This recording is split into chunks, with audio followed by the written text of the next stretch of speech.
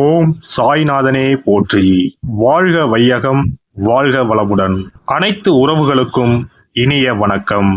அக்னி கிரகமான சூரிய பகவான் மற்றொரு நெருப்புக்கோளான செவ்வாயின் ஆதிக்கத்தில் உள்ள விருச்சிக ராசியை கடக்கும் சுமார் 1 மாத காலத்தையே நாம் கார்த்திகை மாதம் என்றும் விருச்சிக மாதம் என்றும் அழைக்கின்றோம். துலாம் ராசியில் தனது வீரியத்தை தானே குறைத்துக் கொண்ட சூரிய பகவான் மீண்டும் தனது பூரண வீரியத்தை பெற்று வலம் வரும் மாதமே கார்த்திகை மாதம் எனவும் விருச்சிக மாதம் எனவும் கூறுகின்றோம். நிகழும் ஸ்ரீ மங்களகரமான விசுவாசு ஆண்டு நவம்பர் மாதம் 17ஆம் தேதி திங்கள்கிழமை அன்று மகா பிரதோஷம் கூடிய நன்னாளில் துவாதசி திதியில் சித்திரை நட்சத்திரத்தில் பிரீத்தி நாம யோகத்தில் சித்த யோகத்தில் இந்த மகத்தான கார்த்திகை மாதம் பிறக்கின்றது. இம்மாத கிரகநிலை என எடுத்துக்கொண்டால் கார்த்திகை 1ஆம் தேதி 17/11/2025 அன்று கும்பராசியில் சனி பகவான் வக்ர நிவர்த்தி அடைகின்றார். கார்த்திகை மாதம் 2ஆம் தேதி 18/11/2025 அன்று கடகத்தில் குருவின் வக்கரம் நடக்கின்றது. கார்த்திகை மாதம் 11ஆம் தேதி 27/11/2025 அன்று விருச்சிக ராசியில் சுக்கிர பகவானும், கார்த்திகை மாதம் 20ஆம் தேதி 6/12/2025 அன்று தனுசு ராசியில் செவ்வாய் பகவானும், கார்த்திகை மாதம் 20ஆம் தேதி 6/12/2025 அன்று விருச்சிக ராசியில் புதன் பகவானும் பயிற்சியாகின்றனர். இந்த கிரக அமைப்பினால் உங்கள் வாழ்வில் உண்டாகும் சுப மற்றும் அசுப பலன்கள் என்ன என்பதனையும், அசுப பலன் ஏற்படுமாயின் ராசிக்காரர்கள் செய்ய வேண்டிய பரிகாரம் என்ன, வழிபட வேண்டிய தெய்வம் யார் என்பதனை பற்றியும் விரிவாக காண்போம். பிறக்கப் போகும் இம்மாதத்தில் உங்கள் வாழ்வில் வளமும் நலமும் செல்வ செழிப்பும் பெற்று வாழ்வில் உயரிய நிலையை அடைய எல்லாம் வல்ல எம்பெருமானை வேண்டி விரும்பி கேட்டுக்கொள்கிறேன். தனுசு ராசி அன்பர்களே, இம்மாத கிரக நிலைகளை ஆராய்ந்து பார்க்கும் பொழுது அஷ்டமத்தில் குரு பகவான் உச்சம் பெற்று சஞ்சரிக்கிறார். இது அவ்வளவு நல்லதல்ல. அலைச்சல் அதிகரிக்கும், ஆதாயம் குறையும், வளர்ச்சியில் தளர்ச்சி ஏற்படும், கொடுக்கல் வாங்கல்களில் புதியவர்களை நம்பி ஏமாற்றங்களை சந்திக்க நேரிடும், பயணங்களை திடீரென மாற்றி அமைப்பீர்கள், தொழிலில் குறுக்கீடுகளும் தொல்லைகளும் உண்டு, நினைத்தது ஒன்று நடந்தது ஒன்றுமாக இருக்கும், நீண்ட நாட்களாக கட்டுப்பட்டிருந்த நோய் மீண்டும் தலை தூக்கும். மாத தொடக்கத்தில் குரு பகவான் உங்கள் ராசிக்கு அஷ்டமத்தில் உச்சம் பெற்று சஞ்சரிக்கிறார். கார்த்திகை 2ஆம் தேதி முதல் அவர் வக்கரம் பெறுகிறார். இந்த வக்கர காலம் உங்களுக்கு நன்மை தரும் காலமாகவே அமையும். ராசிநாதனாகவும் 4ஆம் இடத்திற்கு அதிபதியாகவும் விளங்குபவர் குரு பகவான். குரு பகவான் வக்கரம் பெறும் பொழுது மிகுந்த நன்மையை உண்டாக்குவார்.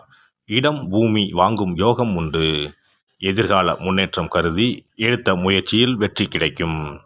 கடன் சுமை பாதிக்கு மேல் குறையும். பிள்ளைகளின் கல்யாண கனவுகளை நனவாக்குவீர்கள். மாதத்தின் தொடக்க நாளிலேயே சகாயஸ்தானத்தில் சஞ்சரிக்கும் சனி வக்ர நிவர்த்தி ஆகிறார். உங்கள் ராசிக்கு தனாதிபதியாக விளங்குபவர் சனி பகவான். அவர் வக்ர நிவர்த்தியாகும் இந்த நேரம் பொருளாதார பற்றாக்குறை அகலும். என்றாலும் மனக்குழப்பங்கள் கொஞ்சம் அதிகமாகவே இருக்கும். உடன் பிறப்புகள் வழியில் பிரச்சனைகள் மீண்டும் தலை தூக்கும். பாக பிரிவினைகள் முடிவுக்கு வந்தாலும் சொத்துக்கள் பிரிக்கப்படாமலேயே இருக்கும். பழைய வழக்குகள் முடிவுக்கு வந்தாலும் புதிய வழக்குகள் வர வாய்ப்புண்டு. வீண் பலிகளுக்கு ஆளாகாமல் பார்த்து கொள்வது உங்கள் புத்திசாலித்தனமாகும். கார்த்திகை 11ஆம் தேதி விருச்சிக ராசிக்கு சுக்கிர பகவான் செல்கின்றார்.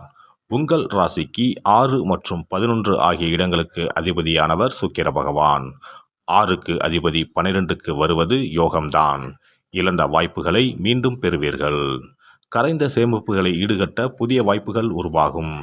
சுக்கிர மங்கள யோகத்தால் சுபகாரிய பேச்சுக்கள் முடிவிற்கு வரும். உத்தியோக உயர்வு, ஊதிய உயர்வு உண்டு. ஊர் மாற்றங்கள் கேட்டு விண்ணப்பித்திருந்தால் மேல் அதிகாரிகளின் ஆதரவு கிடைக்கும்.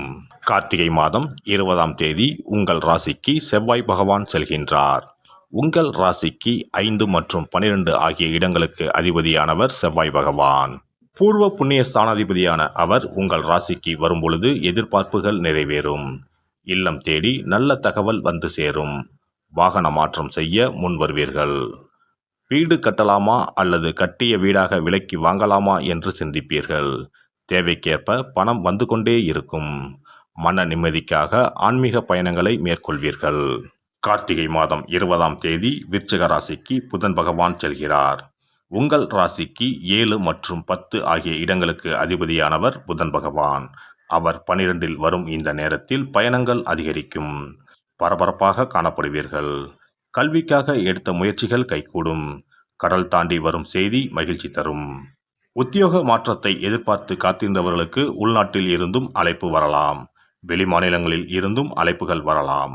மாமன் மைத்துனர் வழியில் மங்கள நிகழ்ச்சிகள் நடைபெறும். சேமிப்புகள் கரைந்தாலும் பொருளாதாரத்தை ஈடுகட்டுவீர்கள். பொது வாழ்வில் உள்ளவர்களுக்கு முயற்சிகளில் தடைகள் ஏற்படும். வியாபாரம் மற்றும் தொழில் செய்பவர்களுக்கு குறுக்கீடு வந்து கொண்டே இருக்கும். உத்தியோகத்தில் உள்ளவர்களுக்கு மேல் அதிகாரிகளின் கெடுபிடி அதிகரிக்கும். கலைஞர்களுக்கு வரவும் செலவும் சமமாகும். மாணவ மாணவிகளுக்கு படிப்பில் அக்கறை தேவை. பெண்களுக்கு குடும்ப சுமை கூடும். கொடுக்கல் வாங்கல்களில் கூடுதல் கவனம் தேவை. வியாழக்கிழமைகளில் பகல் உணவு மட்டும் அருந்தி இரவில் பால் பழம் மட்டும் அருந்தி வந்தால் போதும். நல்ல பரிகார பலன் கிடைக்கும். தினமும் காகத்திற்கு நெய், பருப்பு, எள் கலந்த 5 சாத உருண்டைகள் வைத்து வரவும். இதனால் நல்ல பலன் கிடைக்கும். வியாழக்கிழமைகளில் தாயார் அம்பிகை, அம்மன், விநாயகப் பெருமான் சன்னதிகளில் மாலையில் மண் அகலில் நெய் தீபம் ஏற்றி வருவதால் கைமேல் பலன் கிடைக்கும். இம்மாதம் பணத்தேவையை பூர்த்தி செய்யும் நாட்கள் நவம்பர் 18, 26, 27, 30, டிசம்பர் 1, 11, 12. மகிழ்ச்சி தரும் வண்ணம் இளஞ்சிகப்பு. சிறப்பு பரிகாரம். கழுத்தை நெரிக்கும் கடன் தொல்லையா? தடையின்றி வீட்டில் பணம் புழங்க கை கொடுக்கும் வெள்ளம் பரிகாரம். எவ்வளவு சம்பாதித்தாலும் கடன் தொல்லைகள் விரட்டி விரட்டி வருகிறதா? கழுத்தை நெரிக்கும் பிரச்சனைகளிலிருந்து விடுபட எளிய பரிகாரங்களை செய்து அதிலிருந்து மெல்ல மெல்ல மீண்டு வரலாம். பெரும்பாலும் கடனில் மூழ்கி இருப்பவர்களுக்கு நிம்மதி என்பதே இருக்காது. ஒவ்வொரு நாளும் ஒவ்வொரு யுகமாக நகரும். சொல்ல முடியாத அளவுக்கு மன உளைச்சலுக்கும் ஆளாவார்கள். இது போன்ற தொந்தரவில் சிக்கியுள்ளோர் பச்சரிசி பரிகாரங்களை செய்யலாம். இந்த பச்சரிசி பரிகாரத்தை வெள்ளிக்கிழமை, பௌர்ணமி வரும் நாட்கள் அல்லது புரட்டாதி நட்சத்திரம் வரும் நாட்கள், சதுர்த்தி நாட்கள் இப்படி ஏதாவது ஒரு நாளில் இந்த பரிகாரத்தை செய்யலாம். பிரம்ம முகூர்த்தத்தில் செய்வது மிகவும் நல்லது. இதற்கு ₹1 நாணயம் மொத்தம் 11 எடுத்துக்கொள்ள வேண்டும். நாட்டு மருந்து கடைகளில் கிடைக்கும் புனுகு என்ற பொருள், ஜாதிக்காய், ஏலக்காய் போன்றவற்றையும் வாங்கி வைத்துக் கொள்ள வேண்டும். இப்போது 11 நாணயங்களின் மீதும் இந்த புனுகை சிறிது தடவி விட வேண்டும். மஞ்சள் அல்லது சிவப்பு நிற பருத்தி துணி ஒன்றை எடுத்துக்கொண்டு புனுகு தடவிய நாணயம், ஏலக்காய், ஜாதிக்காய் போன்றவற்றையும் அதில் போட்டு அனைத்தையும் முடிச்சு போட்டு ஒரு பாத்திரத்தின் உள்ளே வைத்துவிட வேண்டும். இந்த பாத்திரத்தின் மீது பச்சரிசியை கொட்டி மூடிவிட வேண்டும். குடும்பத்தில் அதிக சம்பளம் பெறும் நபர்கள் தூங்கும் இடத்தில் இதனை வைத்துவிட்டால் போதும். 48 நாட்களுக்கு இதனை தொடாமல் இருக்க வேண்டும். 48 நாட்கள் கழித்து பாத்திரத்தில் உள்ள ஏலக்காய், ஜாதிக்காய் ஆகியவற்றை தண்ணீரில் விட்டுவிட வேண்டும். பச்சரிசினை எறும்புகளுக்கு தானம் செய்து விடலாம். இதனால் பண கஷ்டம் நீங்கி பணம் பெருக துவங்கும் என்பது நம்பிக்கை. அதேபோல 27 மொச்சை கொட்டைகளுடன் சிறிது வெல்லத்தையும் எடுத்து உள்ளங்கையில் வைத்துக்கொண்டு ஓம் ஸ்ரீ மகாலட்சுமி தாயே போற்றி என்ற மந்திரத்தை 27 முறை சொல்ல வேண்டும். பிறகு ஒரு தண்ணீர் உள்ள ஒரு பாத்திரத்தில் மொச்சக்கொட்டை வெல்லத்தையும் சேர்ந்து கலந்து பசுமாட்டுக்கு தரலாம் அல்லது ஓடும் ஆற்றில் கரைத்து விடலாம். வாரந்தோறும் வெள்ளிக்கிழமைகளில் தொடர்ந்து 11 வாரம் சூரிய உதயத்திற்கு முன்பாக செய்து வரும்போது பண கஷ்டம் மெல்ல மெல்ல குறைய துவங்கும். அதே போல கடன் சிக்கலில் உள்ளவர்கள் பெருமாள் கோவிலுக்கு சென்று சனிக்கிழமை, புதன்கிழமைகளில் சக்கரத்தாழ்வார் சன்னதியில் துளசி மாலை சாற்றி 12 முறை வலம் வர வேண்டும். இதேபோல் 12 வாரமும் துளசி மாலை சாற்றி பிரார்த்தனை செய்து வந்தால் கடன் பிரச்சனைக்கு விடிவு காலம் கிடைக்கும். அதே போல அரச இலையை வைத்தும் பரிகாரம் செய்யலாம். அரச இலையில் மஞ்சள் பிள்ளையாரை பிடித்து வைத்து அதற்கு குங்கும பொட்டு, பூ வைத்து பூஜை அறையில் வைத்து தீபம் ஏற்ற வேண்டும். ஒரு வெற்றிலையை எடுத்து அதில் உங்களது கடன் தொகை எவ்வளவு என்பதையும் அந்த கடன் தீர வேண்டும் என்றும் எழுத வேண்டும். பிறகு வெட்டிவேர் ஒரு துண்டு, நெல்மணி ஒரு ஸ்பூன், 2 அருகம்புல் போன்றவைகளை வெற்றிலையில் வைத்து மஞ்சள் பிள்ளையாரின் முன்பு வைத்துவிட வேண்டும். இப்போது பிள்ளையாருக்கு தீபாராதனை காண்பித்து கடன் பிரச்சனை சீக்கிரம் தீர வேண்டும் என்று பிரார்த்தனை செய்து கொள்ள வேண்டும். இப்படி வாரம் வாரம் வெள்ளிக்கிழமையில் வழிபட்டு வரும்போது பலன் கிடைக்கும்.